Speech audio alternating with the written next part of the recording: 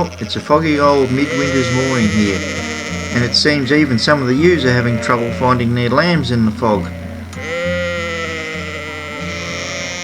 And I've returned yet again to my favourite detecting farm for another session with my E-Trac. I suppose as long as I keep finding stuff here, it'll keep drawing me back.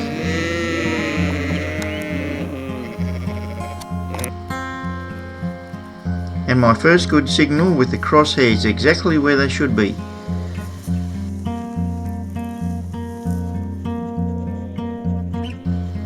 Ah yes, a small silver coin.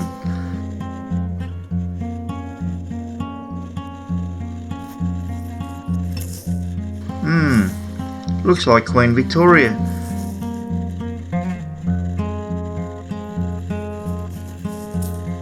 Possibly a threepence. That's a good start. And moving on, another good signal. An Aussie halfpenny this time.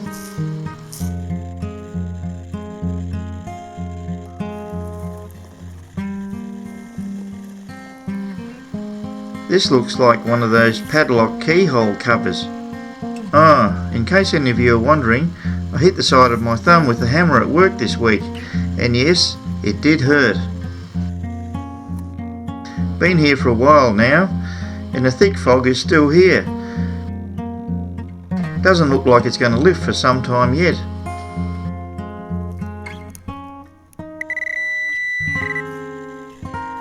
Next to a cow pat, here's a flattened lump of lead.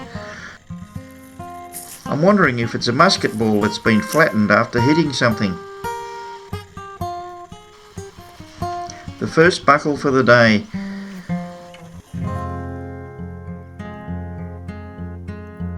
This area just in front of me is where I found 3 Chinese coins the last time I was here. So now I'm expanding my search around this area in the hope of finding more good stuff further out. My first button for the day. From past experience here, there's probably lots more to follow. Another buckle, but this one's a bit fancier than normal. A big musket ball this time.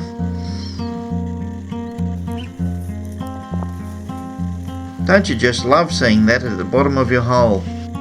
A lovely shiny silver coin, but it's worn so much I can't make out any detail on it. Sometimes I think they only shipped the worn out English coins to Australia back in the mid 1800s, as often a lot of the old English coins you find are in this sort of condition.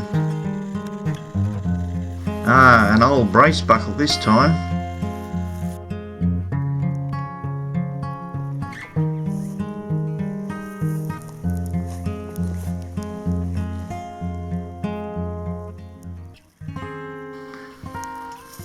And yes, here's another silver coin. An older style Aussie threepence this time, dated 1922.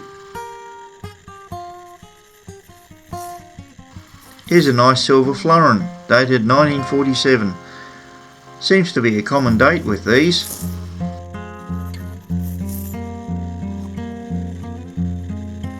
I reckon this might be some sort of small padlock.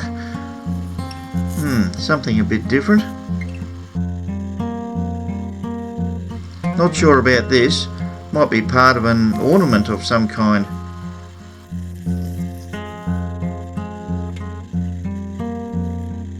Out of this hole, here's a bent fork.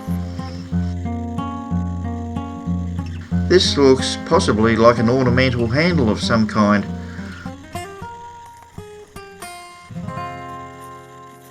I waved the detector over the same hole, and this looks like it might have been attached to the handle thing I just found a few minutes ago.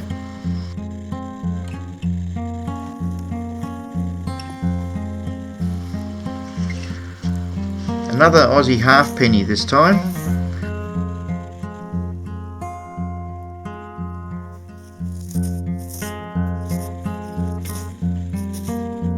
And here's a kangaroo penny.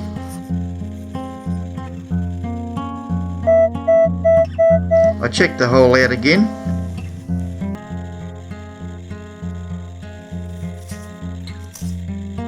here's another penny, an older one this time.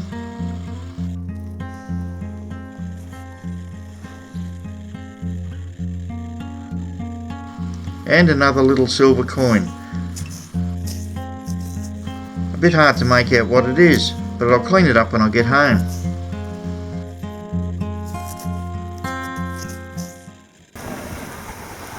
Lunchtime. The fog has finally lifted and the sun's out, and it turned out to be a calm, serene, peaceful sort of a day. And it's really good to be out in it.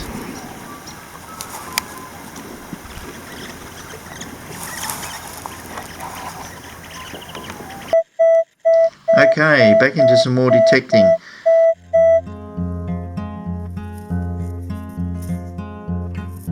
And here's an Aussie sixpence.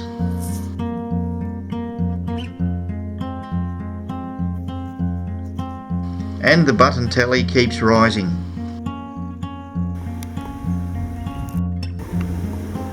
Another time when I was here, I found a nice token in this area down towards the river.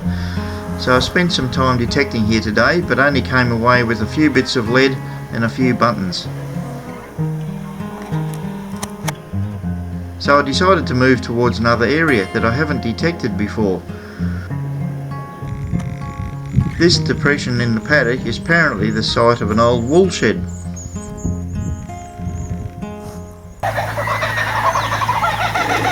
As the kookaburras were laughing, this was where I was heading for. And this is apparently an old house site that's right next to the entrance track of the property. As the afternoon is getting on, I might just detect on this side of the fence for today and leave the other side for another day. Unfortunately, the fence is electrified, and although it was doing funny things to the E-Trac, a good signal right near it produced this copper coin.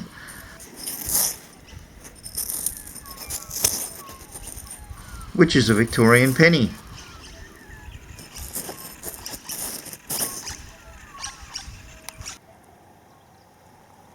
And another great signal right on the shoulder of the cutaway for the track, and another coin.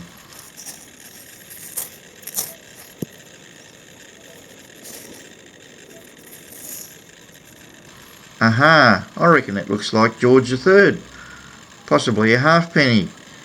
Without a doubt, today's oldest coin. Well, it's nearly time to leave now, but one last coin. A lovely big silver, but very well worn Aussie florin. Okay, just a quick review of today's finds. Starting with all the rubbish. The musket balls and roundish flattened bits of lead that may have once been musket balls. Today's collection of buckles.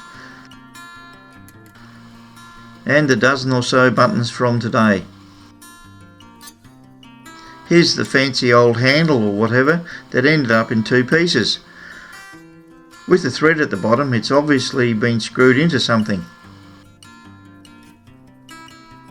I also found today this decorative button that looks like it's covered in tiny limpet shells.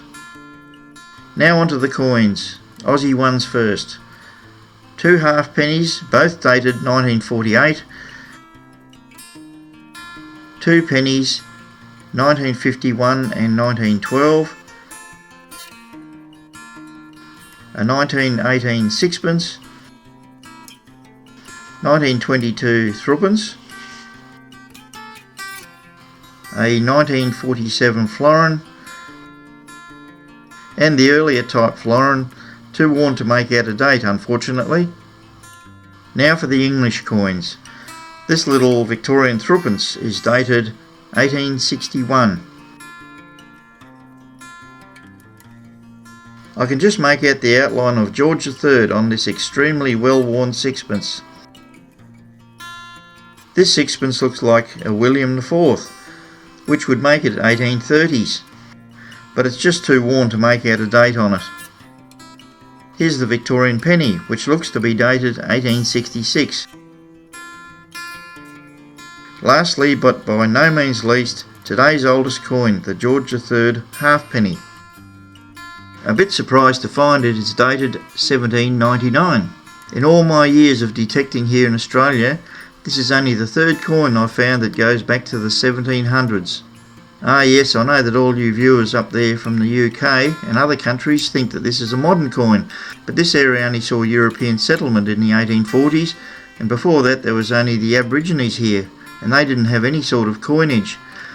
They probably traded in boomerangs or possum skins or something like that. So with a total of 13 coins and other bits and pieces, I had a great day's detecting today and hope to return sometime soon in the search for more treasures. Okay, well that's all for now. Thanks for watching, and until next time I'll say goodbye.